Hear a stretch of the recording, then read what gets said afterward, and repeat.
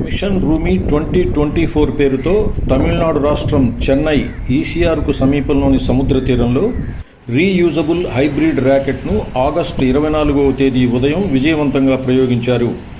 చెన్నైకు చెందిన space zone India మరియు Martin గ్రూపుల సంయుక్త ఆధ్వర్యంలో ఈ ర్యాకెట్ ప్రయోగం జరిగింది.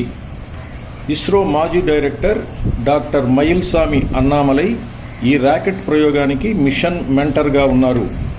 డాక్టర్ ఆనంద్ మేఘలింగం ఈ ప్రాజెక్ట్ మిషన్ డైరెక్టర్గా వ్యవహరించారు.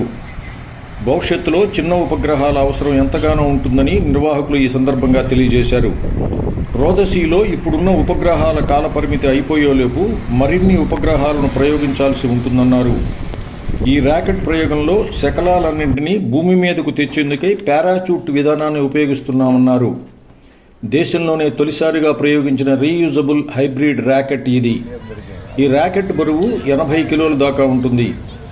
రూమీ ర్యాకెట్ ప్రయోగంపై ప్రభుత్వ పాఠశాలలు, కాలేజీల్లో చదివే విద్యార్థులకు ప్రత్యేక శిక్షణనిచ్చారు.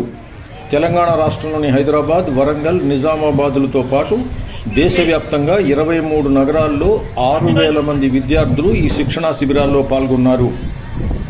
మిషన్ రూమీ 2024 ర్యాకెట్ ప్రయోగం విజయవంతమవడంతో నిర్వాహకులు సంతోషాన్ని వ్యక్తం చేశారు.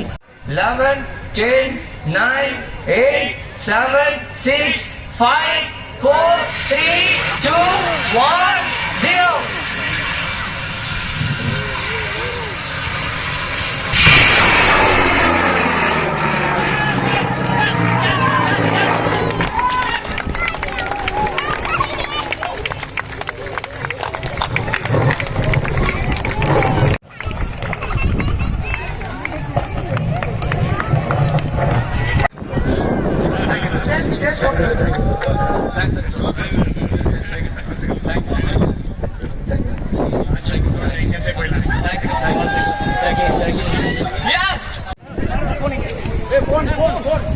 Sir.